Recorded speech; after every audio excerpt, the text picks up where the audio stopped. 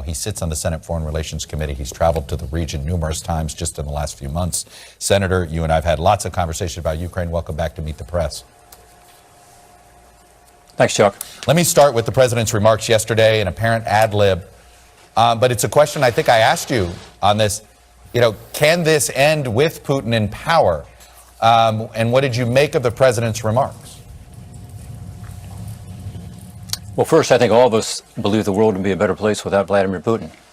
But second, that's not the official U.S. policy. And by saying that regime change is our strategy, effectively, it plays into the hands of the Russian propagandists and plays into the hands of Vladimir Putin. So it was a mistake, and the president recognized that, and the White House has walked it back. By the way, they had to walk back 3 other comments he made as well. But look, we're in a crisis. We're in a war situation, and so clarity is incredibly important, and we need to be sure that we are also clear with our NATO allies, because that's how we are stronger. President Zelensky heard all of this week, and he just says for him it's still talk. And I understand that he's in the middle of this war. He's watching innocent people get attacked and die. He wants some planes. He wants this this ability to do a no-fly zone. Any movement in your head on this? Well, I think President Zelensky is correct. I thought the president's speech was very strong, despite the ad lib at the end, the gaffe at the end. But it was a powerful speech that does not match the action. So there was a mismatch between the rhetoric and what we're actually doing. And that's the issue. And that's what President Zelensky was talking about.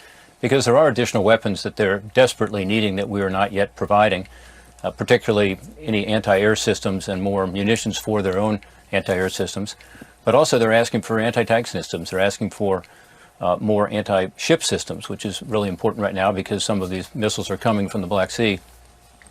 They've asked for help across the board that is not yet there. And that's what President Zelensky is talking about. So we need to do more. We need to do it more quickly. We did send some Soviet-era anti-aircraft systems, I'm told, recently, at least based on public reporting, or at least it's on its way. But there are other systems that are more powerful, the S-300 in particular, that we have not sent. And we have that because we had acquired it at one point to be able to test it against our planes and so on. We should send that. We should do everything we can do to facilitate these other countries that have these Warsaw Pact era, Soviet systems into Ukraine, because that's what they desperately need, Chuck. And that's what the president's been asking for. We should also send the MiG-29s to raise that issue again. It's been a few weeks now since the Secretary of State gave that a green light, and somehow that hasn't happened. And the Ukrainians insist that they need it, they want it, it would be helpful. I think we need to trust them on that. You heard the ambassador. Does phosphorus, the use of some phosphorus bombs to you, cross that line on the use of chemical weapons to change NATO's calculus or not? Well, if we can verify it, I think it is. I think the use of chemical weapons against innocent civilians is something where we have to draw a red line, and we need to do it now, and we need to do it with our NATO allies. Recall we did this in Syria and did not honor the red line. This time we got to be darn sure that what we're doing is something that will be backed up by us, by our NATO allies. And I do think that's a red line. I think chemical and biological weapons must be. Do you believe the response, I hear the words proportionate. Define what proportionate in your mind would be. Well, the president said that we would respond in kind, and later that was walked back because it sounded like he was saying, of course, we would respond with chemical weapons, which would not be appropriate. Right. We've actually signed a treaty saying we would never do that, as has Russia, by the way. So our response should be militarily. And I don't think we need to spell it out exactly, but there are a number of military responses that I could see. One would be to establish a humanitarian air defense zone in parts of western Ukraine. And that could be done from outside of the borders of Ukraine. That's an example where in Lviv, where you have thousands of people who are there with the international relief organizations, lots of reporters, including from NBC, lots of refugees coming through, hundreds of thousands there.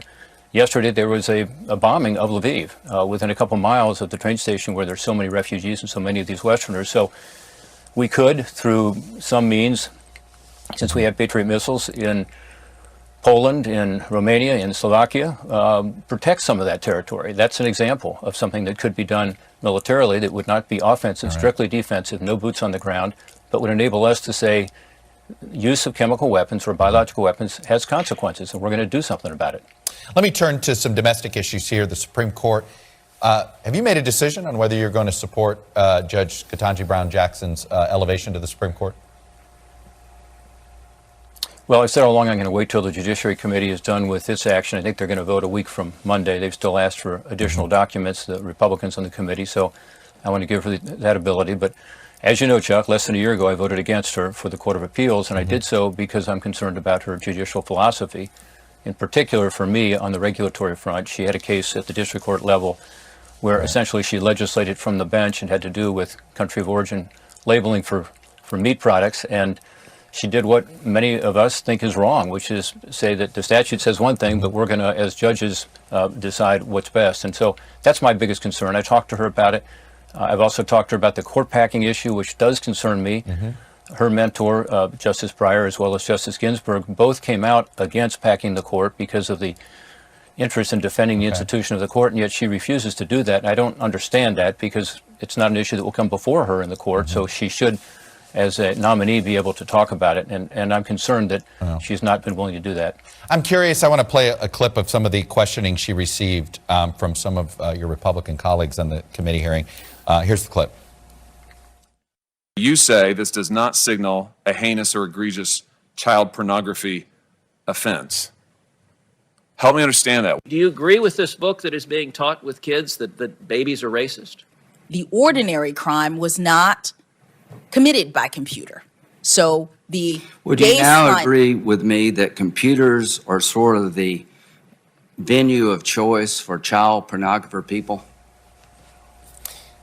Senator Mitt Romney thought some of the tone of the questioning and the topics were sort of off key there. I'm curious what you thought. Well, her record is fair game, Chuck, and this is not attacking her personally. By the way, I found her bright and personable when I met with her. She's obviously an historic choice for the court, but I don't think it's wrong to go after her record. I mean, that's what we should be doing in these hearings. With Justice Kavanaugh, as you know, it became personal attacks. By the way, uncorroborated attacks. It was not about his record, largely. This is about her record, and it's about her sentencing. It's not probably what I'm going to base my decision on, because I think there are a lot of judges that have very lenient sentencing these days. I do think at a time of rising crime, particularly in our major cities, that's an issue. And she was below the recommendations based on the federal sentencing guidelines, and also below, in some cases, what the probation officers recommended. So I think it's fair to ask about that. I think it should be done in a respectful way. And again, I'm glad that these were not personal attacks on her, which we have seen in previous And Senator, I'm curious, nominations, including Judge Kavanaugh. I'm curious if you believe Justice Thomas, these text messages that have come out from Ginny Thomas to the former White House Chief of Staff, saying some bizarre conspiratorial things.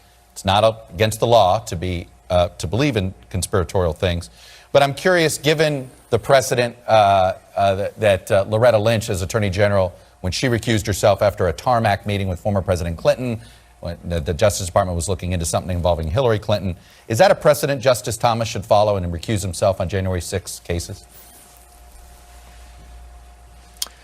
Well, I would respect his opinion on that. I don't know that he'll have the specific issue come before him about those records. That might be one where he would consider that. But look, he's a jurist who has a lot of integrity, and I think he will make that decision. I don't think that what your spouse says should recuse you from whether it's in the legislative branch or in the judicial branch. That would be a new precedent. But I do think that if a case comes before him that's exactly on point, again, as to probably records and whether they should be made available, that might be an issue where he would think about it. But look, he's going to make that decision, and he has the right to do it. It's me now. Senator, welcome back to Meet the Press. Thank you. Thanks for having me again. Look, I want to talk about the confirmation hearings, but I want to ask you first about the president's remarks yesterday. There apparently were an ad lib remark about that Vladimir Putin just can't remain in power. It's actually a question I've asked many people on this show over the last month, which is, how does this end with Putin in power? So the president in many ways may be speaking what we're all thinking, but those remarks, should he have said them? Well, look, I think the administration has made it clear that the goal of the United States is not regime change in Russia. It's defending the extraordinary people of Ukraine and helping them in their what I think is an existentially critical battle, not just for their country, but for free democracies around the world. So that's the focus right now, and I'm glad that not just the president or government, but to see the American people rally to this cause. I think that that's what's important right now. But let me ask you that other question. How does this end with Putin in power? I don't know. I mean, obviously, me and my colleagues have been hard at work at this and sitting with a lot of administration personnel. And I've heard it from the Secretary of Defense to some of our top diplomatic leaders that this is a very hard ending to see in any way for Putin to ultimately be, quote unquote, victorious in this. This is either going to be a short conflict, but we're already seeing the other awful potential for the Ukrainian people for this to drag on. But I don't see a real victory for him. His country is suffering extraordinarily. He is depleting critical resources from his own nation for this awful war. So I just don't see how this ends well for him. Let me move to how you spent most of your week in the confirmation hearings for Judge Ketanji Brown Jackson. What did the American public learn this week? I think that they saw an extraordinarily magnificent judge who showed what her temperament is, her grit, obviously her endurance of mind and body and soul. But I think they really got a chance, especially under a lot of Democratic questioning and some Republicans, of her mastery of the law and how she is more than qualified for this position. You seem to leave out the sort of the circus-like stuff that the hearings turned into a little bit. And I guess that it does feel as if this process is broken. And every time we wonder, can these hearings get more partisan? You know, they get more partisan. And I'll see the finger pointing, this party started it, this party started it. Whatever it is, this system seems broken. What do we do? Well, look, I'm not going to surrender to that conclusion in the sense of having gone through Amy Coney Barrett's nomination as well as Gorsuch's. I think there's a lot of frustration among Democrats clearly for what happened with Merrick Garland. I think that we've seen the legitimacy of the court really suffer, partly as a result of the tactics that we've seen going on in the Senate. But having gone through Amy Coney Barrett and Justice Gorsuch, I don't think that that's a simple conclusion. There were extraordinary realities in the Kavanaugh hearings that I think demanded for that to be as contentious as it was, and not just allowing it to go through without these extraordinary realities coming to the fore and being investigated. So what we saw, though, this week was, to me, outrageous and beyond the pale, and very different than what I've witnessed in my short time in the Senate, seeing 3 different confirmation hearings. And I think that what some of my colleagues did was just sad, frankly. But again, you had a justice there. You had a judge there that dealt with it in an extraordinary way and showed America who she is, despite that outrageousness of the questioning. Considering that she's gone through confirmation hearings before that very committee, the only difference was the TV cameras. That's the only thing I can come up with. I think you make one of the best points that pointed to the absurdity of it for me, which was she was already appointed to the D.C. Circuit Court, which many people call the second most powerful court in our land. And none of this came out. None of this behavior was evident. None of these questions, which I think, frankly, believe, given the endorsements of law enforcement, victims' rights groups, and others, really cast a shadow over the whole ridiculous line of questioning that many of my colleagues did. It's just outrageous that they didn't bring this up less than a year ago when she was going through a confirmation hearing. She's a bipartisan supported judge multiple times through the Senate, and I think people should keep that understanding clear. The other issue involving the Supreme Court this week are these Ginny Thomas texts. There's a lot of calls that say that Justice Thomas needs to recuse himself. We saw what happened when former President Bill Clinton met then Attorney General Loretta Lynch on a tarmac. We had, at the time, the Justice Department was looking in at something Hillary Clinton. There were outrage on the right for recusal, and the Attorney General recused herself. Is this a similar situation? Should Justice Thomas follow the Loretta Lynch precedent? I mean, let's go to the Kay Hagan precedent. She got onto the court, and year, I think it was 2010 to 2011, out of 70-some cases, she recused herself over 20 times. Because not necessarily because she was conflicted, but because she understood that even the appearance of impropriety would delegitimize the court, and the court needs that legitimacy in this nation. So clearly Justice Thomas should have recused himself. That's not even at question here. And I think that we also have a thorough investigation to better understand exactly what has happened with the judge's wife. Is there anything Congress can do, or is that a separation of powers issue? I think that we have a lot of problems with separation of power issues, and I have a lot of frustrations with the Supreme Court as a whole that they have not taken better measures to police themselves. Right. There are ethics rules that they hold lower courts responsible for that they don't put upon themselves. And I think most of America doesn't understand that I could be a justice and I could give a paid speech in front of a group that has either a direct matter in front of the Supreme Court or has amicus briefs in front of the Supreme Court.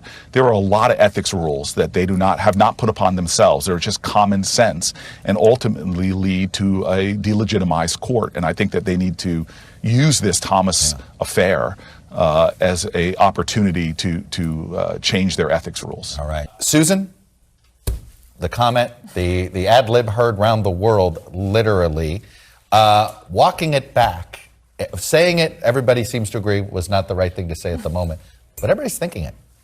Well, true, though a Washington gaffe, as we were saying, where you accidentally say what everyone already agrees is true, but distracting. What are we talking about today? Not the impassioned defense of democracy that the president delivered, but his final 9 words, where he seemed to be calling for regime change. Distracting, undisciplined. And we'll find out whether it is dangerous, whether it is damaging, whether it causes some kind of reaction from Moscow that would not have been coming just as a result of calling Putin a butcher and a war criminal. Quite the walk back. It's quite the walk back, and you have the White House really making it very clear that he was not advocating regime change. You had Secretary Blinken come out in Israel also saying that. But there's also a sense that this was a window into what President Biden really thinks and feels. This is after he was holding refugee children. This is after he has met with all these people. And this is after he called President Putin a butcher and a dictator. So in some ways, the logical conclusion, apart from, of course, official U.S. policy, would be the average person thinking, of course, he should not be in power. That said, it is distracting, as Susan said, because now the White House and Republicans, you see Rob Portman calling it a mistake and others jumping on the idea that he made a gaffe. I'm going to dissent. I'm not sure I would have walked it back. He's a war criminal. He's slaughtering innocent men, women, and children. He illegally invaded Ukraine, and he has got command and control of nuclear weapons. Such a person should not remain in power. So he's lost his legitimacy, in your mind? More than lost his legitimacy. And at most, I would have modified the statement by saying it's not a statement of our policy, it's just simply a statement of fact. But, you know, I'd like to see us at some point get to a place where we're not constantly disclaiming the line over which we will not cross. And he said it, you know, presidents every once in a while do say things that ad lib. Reagan was famous Evil for this. empire, right? Evil empire. That rattled their cages, right? The bombing starts in 5 minutes, remember that? Yeah. So it was a statement of fact. Virtually everyone agrees. Everyone in the Western world agrees. Yeah, I think everything the secretary says about Vladimir Putin is correct. I mean, clearly, he shouldn't be in power. It's one thing to say something true. It's another thing to wonder whether it was wise to say it. And this does, as Senator Portman points out, play right into Russian propaganda about the U.S., about the West, about NATO. You know, they have long made the argument that NATO is an offensive alliance that represents a threat to Vladimir Putin, represents a threat to Russian sovereignty. And the U.S. has said, no, that's not what we're about. This seems to, I think, feed that. And that's a concern. It also has a domestic effect. If you look at the number of times that President Biden has had to walk back things on this trip, 3 significant statements on this trip alone, and then you go back further and talk about his comment about a minor incursion. He has said things repeatedly that show, I think, the lack of discipline that some people had about concerns about President Biden or Joe Biden as a candidate. And, you know, that may be one reason you have that incredible 71% number in your new poll that Americans do not have confidence in President Biden I was surprised to handle the situation. by the size of that number. That includes some of his supporters. That includes a fair number of Democrats. And the idea that White House officials, first anonymously and then the Secretary of State, have to come back and clean something up, I think reinforces the idea of, does the president Can we trust him to respond in a competent way to this war? Of course, never happened during the Trump administration. Well, it's particularly concerning when you think about I the think fact we're numb to it, by the way, as a public these days. But anyway, go ahead. Well, it's particularly concerning when you look at that 71% number and think that this was the president who ran on the idea that he was going to come with the A-team, he was going to come with all this experience, and now Americans are saying we're not confident in your policies. I think it was also interesting that in this poll you saw the domestic politics at play when it comes to thinking of who do people blame for the inflation and prices. They're not blaming Russia, they're blaming President Biden's policies. That also is something that is in some ways concerning to White House officials. Well, I looked up the 1942 midterms didn't go well for FDR and the Democrats, for what it's worth. We are sometimes always about our pocketbook, Jay. Yes, and as my friend, the late Andy Kohut, used to say, when it comes to polls, with all due respect to NBC, it depends on how you ask the question. If you ask Americans the binary choice between the economy, i.e. my wallet, versus something else, they're almost always going to say the economy is more important. Yeah, and yet the president's focus actually has to be on the war, Steve. It does. I mean, it has to be on the war, and I think part of the reason that he's struggling on the economy is, one, we're not seeing any improvement, and two, he's not willing to do the kinds of things that I think both with respect to the war and the economy that might actually help. I mean, if you talk about an all-in energy policy that would address some of the things that we're seeing come out of Russia and potentially forestall some of the inflation, he could make the case, but I don't think his base will let him. Look, I want to bring up that you brought up the poll numbers and President Biden on the who do you blame on inflation. I just want to put it out here because, you know, the most generous way you could look at it, Susan, is, well, only 38% blame President Biden, and a majority blame something else. But that's about all you can do. What's interesting is that only 6% blame the Russian invasion of Ukraine, and that was a specific thing the president said. Well, and of course, inflation was becoming a problem before Russia invaded Ukraine, although it's clearly jacked up gas prices and had some other effects. But this is of great concern to the White House. You know, 3 of the last 4 presidents have lost control of the House of Representatives in their first midterm election. And is there anybody in Washington who doesn't think that's going to happen in November? Well, it's funny, and Yamiche, I'm going to put up our generic ballot test here. And the public's going to look at it. You'll see 46-44, Republicans up by 2. Oh, that's a coin flip. This is the first time we've had Republicans leading on the generic ballot in our polls since September of 2014, 8 years ago. There's always a little bit of a Democratic average because there's more Democrats are more packed in some districts here. This is a huge red flag.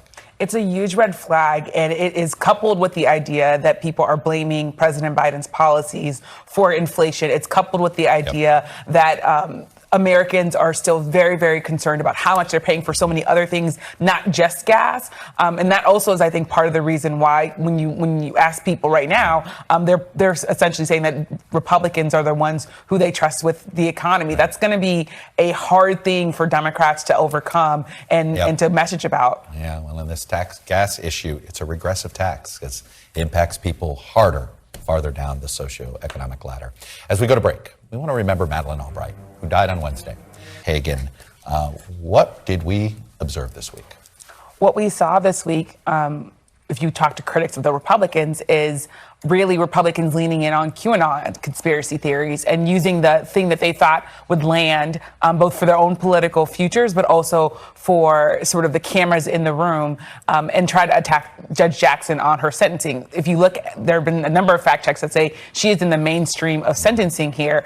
We also saw, I should say, if we back up, 233 years, a black woman sitting, being a nominee for Supreme Court and being poised and answering questions that were not really related to her work as a judge, but more the partisan politics. What'd you observe? Chuck, I believe Supreme Court nomination hearings have become a national embarrassment. I watch these and I'm embarrassed for our country. I'm embarrassed for the nominee. You take a sitting federal judge who's a very serious, intelligent person, and you throw that person in the middle of a circus. I can just see that, and I'm referring to both Ketanji Brown Jackson and Amy Coney Barrett. You can just see the looks on their face. They're thinking to themselves, I can't wait to get across the street with the adults, and I'll never do this again. It's become a national embarrassment.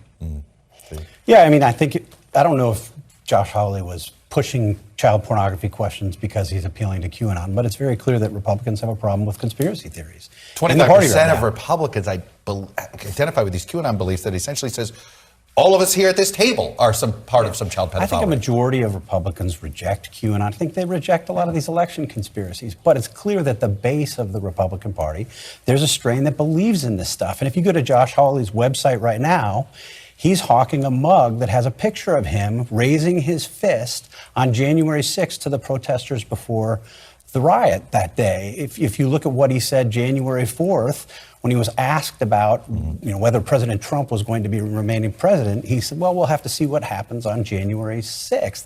That's clearly playing to a conspiracy mindset. And if you look at things like Kevin McCarthy not going after Marjorie Taylor Greene, leader of the House Republicans, not going after Marjorie Taylor Greene, not going after Paul Gosar, who went to a conference led by an open racist, but training their fire on Liz Cheney, who is fighting the people who are amplifying these conspiracy theories. I do think it tells you a lot about the problems with the Republican Party. Susan? Hey, the John Birch Society was extremist. QAnon is something entirely different. QAnon believes that there is a Satan-worshipping cult of child pedophiles running the country. Yeah. That is beyond crazy. And the idea that 1 out of 4 Republicans say they endorse or believe some of that theory is shocking to me. And the idea that you saw 2024 hopefuls leaning into that, though, is shocking, but also not surprising because they were, in some ways, you could see the political commercials almost being made in real time. I got to quickly, we don't have a lot of time, Justice Thomas, do we think he'll recuse himself to January 6th case? Supreme Court justices are very isolated. They make their own choices on these issues. We're approaching the Ginny Thomas issue like an appearance issue, the appearance of somehow a taint.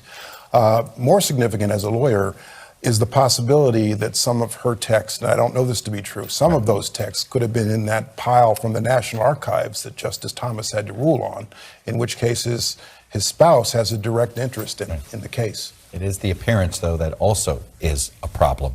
We need black robes, folks, not red and blue. Anyway, that's all we have for today.